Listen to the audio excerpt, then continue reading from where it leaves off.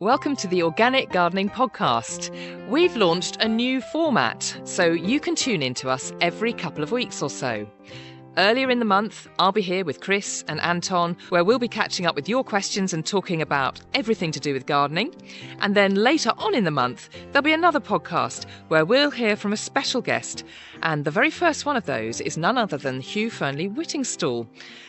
Chris, you're here with me now. I'm looking forward to having Fiona. A chat. But you've met Hugh, haven't you, a I few have times? through my work with Veg Power. What a thoroughly nice chap he was too. I'm sure your conversation was very enjoyable. It was, very much so. And a lifelong gardener. I mean, really passionate about it. Or rather, he picked it up when he went to River Cottage, but his parents were big gardeners. Yes, yeah. Well, he's very sincere about his thoughts, his thinking, and how we should be gardening, how we should be eating as well. Yeah, exactly. And organic through and through. Absolutely. As well, which is terrific. Yeah.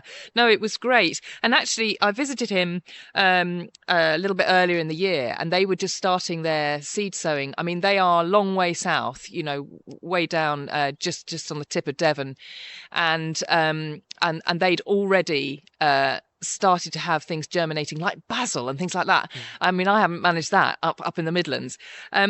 But passionate about seed sowing and growing from seed, as we all are here, and actually really wanted to talk bit and pick your brains a bit on seed sowing, because I think there's a problem in a way that people think they've got to do everything now, haven't they? It's spring. Oh my goodness, I haven't done it yet. Yeah, the spring rush, I call it. You always say we should be sowing all year round. So I just thought it'd be a good idea to just kind of stop for a minute and regroup and just think about, okay, a lot of us have done quite a bit of sowing already and have got some things coming through, but there's still, there's plenty of time. B, actually, there's not many months in the year when you can't sow. So if you were sowing for the first time, let's start there. Yeah. How would you encourage people to go about it so that they've guaranteed success? Well, I think that's choice of species, definitely choice of what you want to grow. Yeah. I think don't overdo it, don't stretch. I think it's really important that you make it enjoyable. To me, seed sowing is the purest form of gardening. Taking that tiny little thing and turning it into a plant is just the purest form of gardening. So get to know it. Make sure you get your techniques right. That's really important. And also, stagger it. Don't go all in at once. You just mentioned that spring rush where you think, suddenly now I've got to do it all in one go. I tend to stagger mine out, especially through spring, for April, May and June, and then I'll still carry on rolling seed sowing right the way up till the autumn. In fact, I was eating winter salads all year this year, so you can keep it all rolling, definitely. Yeah. Okay, so let's sort of break that down a bit. And I know you've described it on the podcast before, but I think actually, we all want those miracles to succeed, and I think there's quite a few basics that often get missed out. Sometimes if you maybe see a seed sowing demonstration online, or you see something on social media, and it's not necessarily going to work because actually there is a skill here. Can you just give us talk us through the skill? Absolutely. So it is a skill, and you do see some appalling stuff out there. You really do. And I want to, every seed sowers listening to this, I want them to have 100% success. Yeah. And this is how I'd go about it. So I'll start, say it's the start of the season, I'm going to put tomatoes and aubergines in. Okay. Maybe some salad leaves as well. So what I'll do is if I sow into a tray, what I'll do is I'll fill that tray up with a decent seed compost. Yep. Seed compost is not cheap, but it's a good investment. Because if you're using any old stuff like green composting or multi-purpose, you're just not going to get the same results. Too lumpy and bumpy, too much stuff in it. It represses germination. So you need a nice, fine seed compost. There's a reason for it. There's a reason for the sale of seed compost. And also it means it's not got any nutrient in it. Because what happens if you've got a lot of fertiliser in it, which a lot of compost companies do, it just puts on this massive spurt of growth and leaves the seedling much more vulnerable to dying off. So a good seed compost, I would never be anywhere. Everywhere in the world I go, I take a tamper and a sieve. I just do them my essential ingredients, because I'll fill my seed tray up. I'll knock the sides. Very important things. I see this a lot as well. Don't overfill it. Don't fill it right up to the rim. Remember, you've got to water it. Yeah. So make sure you leave at least 0.5 centimetre at the top so you can get the irrigation into it as well. And then I will give it a tap so it flattens out, and a good seed compost will do that. And then I'll get a tamper. A tamper is basically a flat piece of wood. Yeah, or a bottom of another pot. Or bottom of another pot. Yes. Something that's flat and firm, basically. Yeah. I love the word tamper. Yes. I just do, and I'll always use it. But then you'll gently, It's interesting doing this with kids, because I do a lot with kids. You get the ones that want to really stamp it down, and hammer it in. Yeah, and I always say to them, gentle. Yes. Do it gentle. All you're doing is firming. You want all the aggregate, all the particles of the soil to be touching, so they're all together. It's basically. Contact is the key contact thing. is absolutely. So I'll tamp it down, and then if I'm sowing, say, for pricking out later, so direct sowing into the seed tray, I'll do a thing called snaking the seed. So I'll start in the left-hand corner. I'll go up to the right-hand corner, and then I'll come across. So you're going up and down, like the shape of a snake if it's moving. That way you get even distribution through the tray, and that means less chance of damping off or overcrowding and damping off, okay? I never understood why you did the snake. Yes, I've heard you talk about that before, but I didn't understand that it was a contributing factor towards not having damping off. To make sure that, because if they're all crowded together and they're all bunched together, there's much more chance of that happening, basically.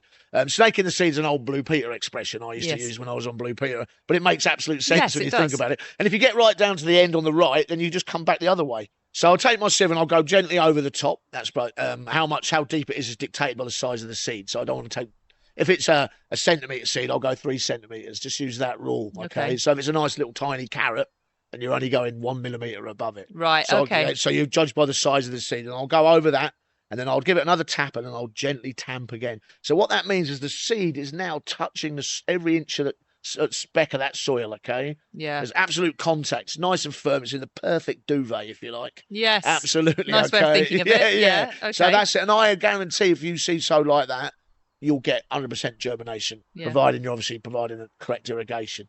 Always label it, stick a label and a date on it, make sure you know what it is. I sow a lot of seeds.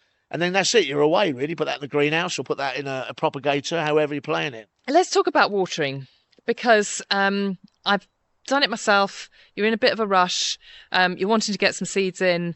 You've got to the end and you just fling some water over the top.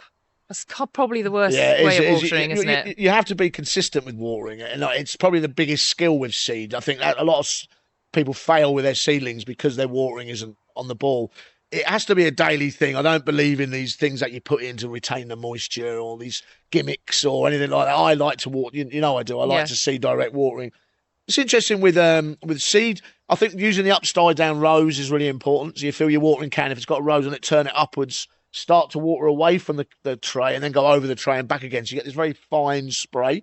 Okay. And it doesn't knock all your good work out, basically. Okay. All your good work just stays in place. If you've got a seed can with a rose down and you water it direct, you're just going to flush it all out, aren't you? Do you water from underneath? Do you know, once you've immediately planted it, once you've immediately sown it, do you put your tray into another tray of water at that point so it comes up from the I base? probably prefer at seed stage to water with my rose. Not all gardeners might like that. But what I've found with use of peat-free compost, I've found, is that when I get seedlings, once I prick out and I've got them as small plants, I definitely prefer to water them by capillary action, by watering the tray. So I have these big trays in the front room, all my pots are sat in it. But that's only once I've got germination. I tend to find if you're using a propagator as well, I water them once well, like that with a rose, put them in a propagator, they're up in 2 or 3 days. I don't really need to water them again until I get germination anyway. Okay. But always just make sure that soil's damp, that compost is damp. Yeah. And that is a daily check. Go and look at it. If you go, if you forget about it and 4 days later you go back, there's a good chance the soil's dried out. You're not going to get germination. Okay. All right. So I do a slightly different technique in that I have a tray of water on the go. Yeah, so you capillary reaction. So it's sucking up. There's nothing wrong with that. Yeah, there's nothing wrong with that. I like to give it a good soak, either or. Yeah. Sometimes the small trays, I'll sit them in a sink and do it that way and then soak up. But also sometimes it's the whole, I've got to get off to work. I've sowed them yesterday. I've popped in. They look a little bit dry. I can just pop them into a little bit of water. I know that they're not going to completely dry out. As long as it soaks it up, you're all right, yeah. So you need it to be damp throughout the whole thing. Absolutely. If you don't want it to dry out, the moisture in the compost is absolutely essential. The seeds need moisture to germinate, to trigger that little bit of genetic information to go, right, I can stop being dormant now, I can go, the conditions are right for me, basically. And I think it's remembering, isn't it, that you're only in, 3 or 4 centimetres of soil in a seed tray. Exactly, so it's going to dry out pretty quick. Absolutely it will, yeah. So really, as a gardener, I would say to anyone I speak to about it, just give it 30 seconds of your time in the morning before your breakfast or after your breakfast. Then you just get into that routine of checking. And they do come up fairly quick, and then you're into another stage of the growing, basically. Yeah. If you wanted to do drills, direct sowing, I put my line down. I use exactly the same technique. I'll look at the depth compared to the size of the seed. Say I sowed a load of beetroot yesterday.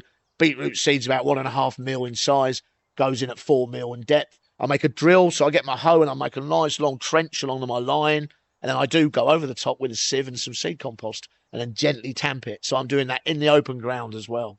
I think I need a sieve. I've decided. I would never go anywhere without a sieve. No. Sieve and a tamper. Yeah, it's a great idea. Yeah.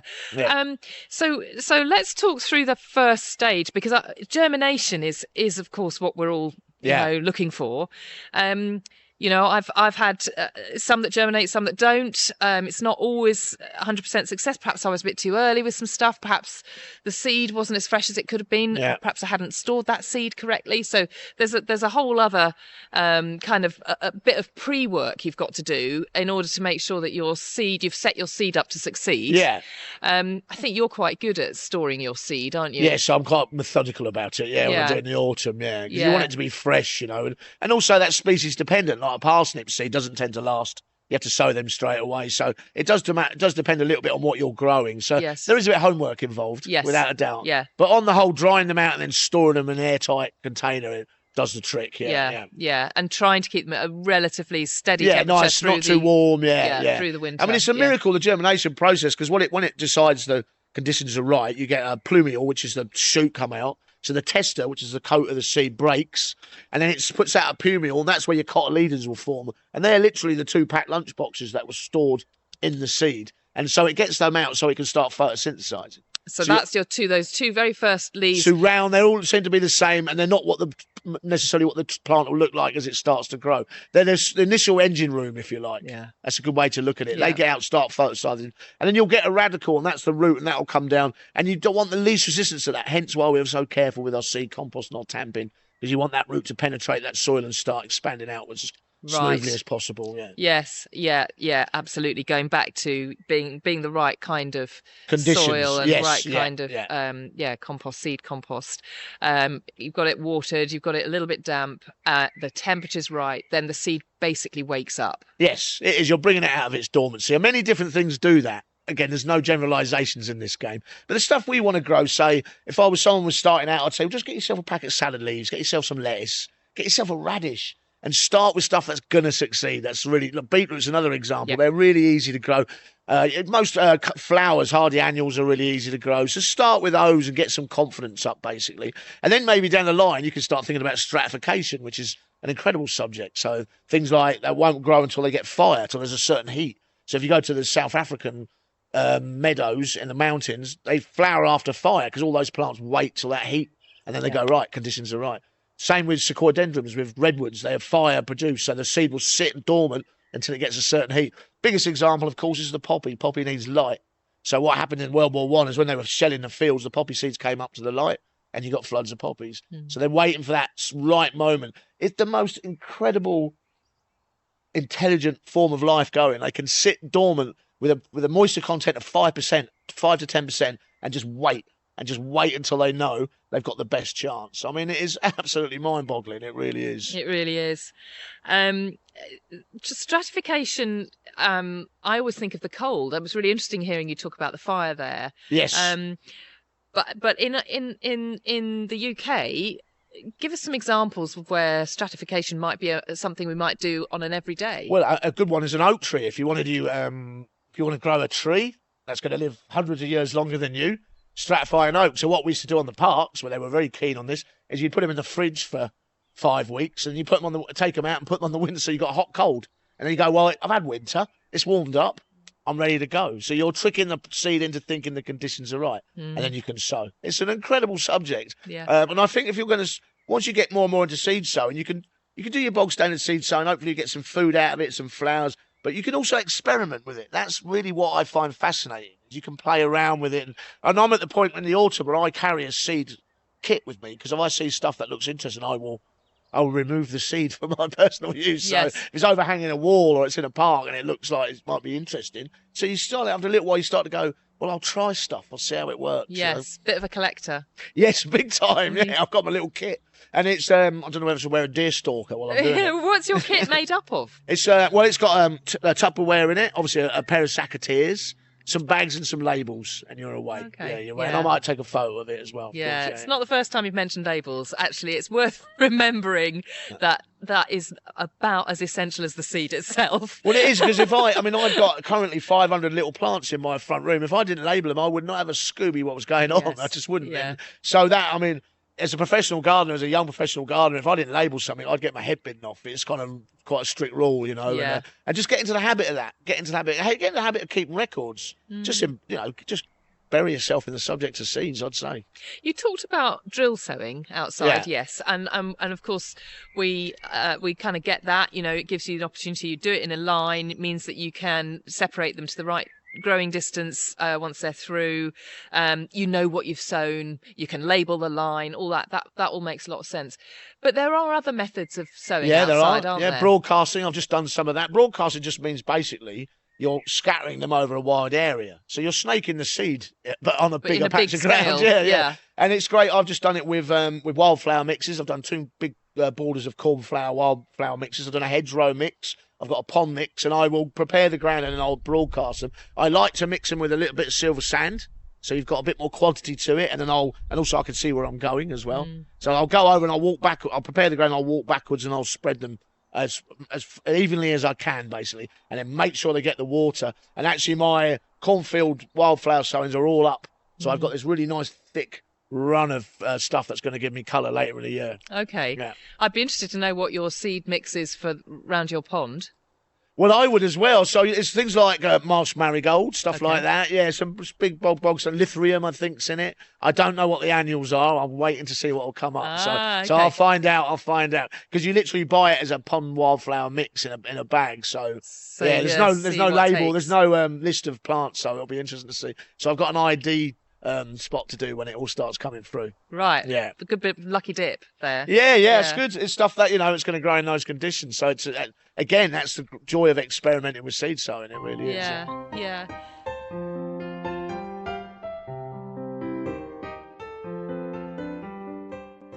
Well, we're here together to answer your questions now. I'm here with Dr. Anton Rosenfeld and Chris Collins. Hello to both of you. Hey, Fiona. Hi there. We've got some good questions here. First one's from Mary. I've recently moved to the North Yorkshire moors and have the privilege of creating a garden from scratch. I currently have a long front lawn which I plan to turn into a productive growing space with veg beds and flower borders. What is the best way to do this? Okay, so if this was you, Anton, you've just moved in, but it's spring. What are you thinking about? You've got a lovely garden in front of you. Go for it. What would you do? Well, I think really the first year is the time to explore and get to know the place. So I would plant a few things just to see what happens to them. They can almost be like the canaries in the coal mine, because you can just experiment with them and see what happens. I wouldn't sort of commit myself to putting things in which are going to stay there for 5 or 10 years. So I'd have a go at growing some veg. I'd also really sort of familiarise myself with the garden. So I'd look and see, are there any frost pockets there? I'd look where the sun's coming from. I'd look where the wind's coming from as well. Because you might want to think about putting a hedge in or something like that. That can really have a big advantage in exposed places. Yeah. So time to sort of gently experiment, I would say. Okay. I'm liking the fact it's a front garden and she wants to grow her veg in the front garden. I think that's great. That's terrific. What do you think, Chris? Well, it's a very exciting time, Mary. I'm excited for you. That's nothing like a new garden. And Anton's right. It's observation, I think, mainly for the first season. I think that you can still plant stuff. I mean, if you wanted to grow veg, you could do it in containers. You could grow a salad bar in a trough or some runner beans in a pot. So you can still do that. But definitely think about the design of it, but take your time over that. Don't go rushing in. So I would probably be looking at the autumn to come up with a plan. So I'd look at it through the summer, the growing season, and then look at what I'd draw as a plan and what I wanted to move and what I wanted to build. I think put a greenhouse in. There's nothing going to harm than do a bit of propagation. All those plants you produce or seeds you produce will be used to that site. They were birthed there. So I'd probably get on with that as well. So maybe my first thing to do would be get a greenhouse. Okay, I mean, the question wasn't for me because I'm not the expert here, but I do want to just mention a regret I've got, which is that when I moved to my house some 15 years ago, I didn't plant a tree at that point. And if I had planted a tree at that point, because I dithered, and if I'd planted a tree at that point, I would by now have the most wonderful mature tree. And the tree I wanted to plant was a green gage tree. So there is something about doing something symbolic, isn't there, in your first year with a new like garden? Anton says, is you can't. It doesn't mean don't do anything. You Yeah. can put a few things in, see how they get on, get a greenhouse, sow some seed. But just for the overall vision of it, hang fire and have a look at your garden reacts and how it behaves. Okay. Maybe leave the tree planting to the autumn anyway. Yes. So, yeah. Okay. Time to think. All right. We've got a question here from Simon, who is very concerned about one of his gooseberry bushes. The lower branches and leaves look fine, but the leaves on the higher branches are underdeveloped and turning brown. And he's wondering what's causing this, Anton. Well, I'm going to have a guess, or quite an educated guess, that this is probably going to be gooseberry mildew. So although it's one of the most common diseases of gooseberries, there are still things you can do to get round it. One of the main things is good pruning, because if it hasn't got a good airflow around it, that's what really sort of encourages the disease. So you want to make sure that your gooseberry's not too crowded. I would also actually probably cut out that new growth where the sort of disease is coming, because that can spread to the rest of the plant as well. It might be that the varieties you've got aren't the best as well. Some varieties, particularly there's an old one that's got really beautiful tasting gooseberries, but it's called Wynnham's Industrial, and it's really, really prone to that disease. Whereas there are other varieties, things like Invicta, which is a nice sort of green one. I particularly like Hinakaki Red, or we had one at Brighton that was called Black Velvet that was so delicious. Just these really beautiful, sweet purple gooseberries. You didn't need to cook them or anything, but a lot of varieties have got much better resistance to it. So you need to perhaps look at your varieties as well. Would you dig it up? I mean, if you're really worried about it, I would hang fire. I'd try with the pruning first, because often that really does work. So that's something to try first of all. Okay, I'm listening very intently because this is my first year with gooseberries and I'm about to put some bushes in. But Chris, I get the feeling they're not your favourite fruit. Is that right? Up, mate. Get rid of it. That's what. No, I don't mean that. I think that there are quite a lot of effort, gooseberries. I think it's not just mildews. You obviously get caterpillars on them, and they can. You've got to keep them open, haven't you, Anton? You make sure the air can move through them. I'm not a great fan of the fruit. I can understand why people like them. I'm not a gooseberry fascist. I will not deny the use of gooseberries, but not a thing for me. Also, I think I've had problems with them where you get weeds growing through the base of them, brambles and nettles. That's maybe my experience of taking over an overgrown garden. But yeah, so I think maybe listen to Anton and not me. All right. Well, good luck with that, Simon. Let us know how you get on. Now, Helen's also written in, and she's wanting some guidance on what sort of base to use for a greenhouse. She's got an allotment, but she's not allowed to put any concrete down. So it's quite a dilemma, isn't it? I mean, it's exciting to get a greenhouse, but actually, you've got to make sure it's secure and firm. What would you do in that instance? In fact, what's your experience on your allotment, Chris? Yeah, and my allotment is no concrete, no cement and concrete. That's across the board. I'm not sure if everyone follows it, but that is the rule. I think you can still lay a dry lay. That's what you do. So I would probably measure the base of the greenhouse and make a shuttering, what I call a shuttering, which is basically planks of wood that would fit into the base of the greenhouse. So a sort of frame round the edge. Yeah, frame and shuttering. Nail that in place. Then I'll put some hardcore down, maybe some ballast, and then put some soft sand on top of that, and then lay slabs, so you're dry laying. So the point being is, if you need to move, or you go to another allotment, or you leave, you can just dig that up quite easily. Obviously, concrete, you need pneumatic drills and stuff. So you're still making a hardcore base for it, but you're just not using any wet mixture, basically. Okay, and the base is presumably all round the edge, so you're not putting a base across the whole area of the I probably the would, space. actually, because otherwise you might get sinkage if you're in the greenhouse and stuff, so I'd probably slab the whole lot.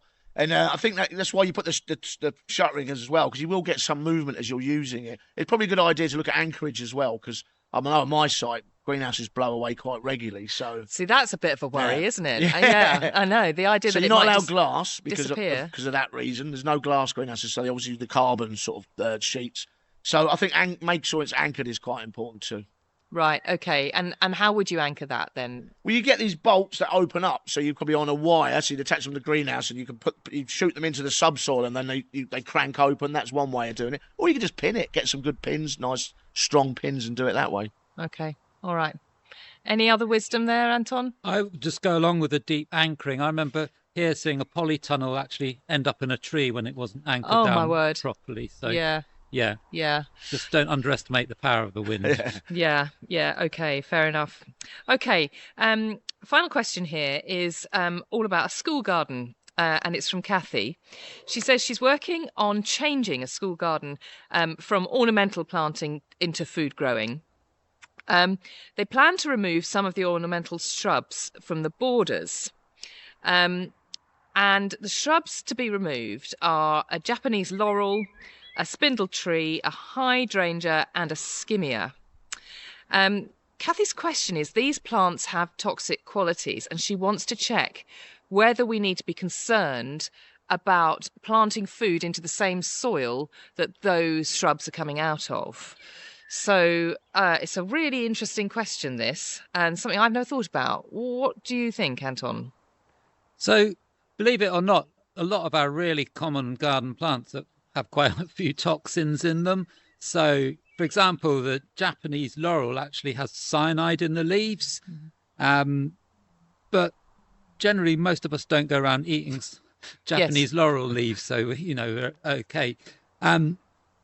I think the main point is that these toxins don't leach into the soil. They just aren't going to be taken up by subsequent plants. There's no danger of that happening at all. So I think perhaps the danger is they're perhaps worrying a bit too much, right? Particularly perhaps because it's a school garden as well. Fair enough. Yeah. Okay, so the main message is it's fine. Basically, you can take the shrubs out and the soil will be absolutely fine to create a veg garden. I mean, Chris, you've done loads of school gardening. Have you come across this before? Yeah, obviously there was always a bit of landscaping involved, and it's quite an interesting question because this always comes up. People are nervous, there's kids around, obviously, so it's a fair enough question to ask, but I think probably there's no worry in this case. I wouldn't throw away those shrubs. They are great shrubs. They are hardcore, solid, never die shrubs, so you can use them another place. So I'd probably lift them and move them, try and root ball them, try and disturb the roots as least as possible. It's the wrong time of year, really. But if you plant them and give them a lot of water, hopefully they'll take again. They are tough characters, but yeah, crack on with the food growing. Yeah, we'd hate any plants to go to waste, wouldn't we? Yeah, absolutely. All right. Well, great to hear those questions and great to hear all those answers. Thank you ever so much. And we'll see you next time. Cheers, Fiona. Cheers. Well, that's all we've got time for today. My thanks to you both for all your wisdom. Later on in May, we'll be catching up with lifelong organic gardener Hugh Fearnley-Whittingstall. So do make sure you're subscribing to our podcast, whichever platform you're listening from. And until then, if you want to find out more, check out our social media or our website. We're gardenorganic.org.uk. All that's left for me to do is to thank Kevin MacLeod for the music, and we'll see you next time.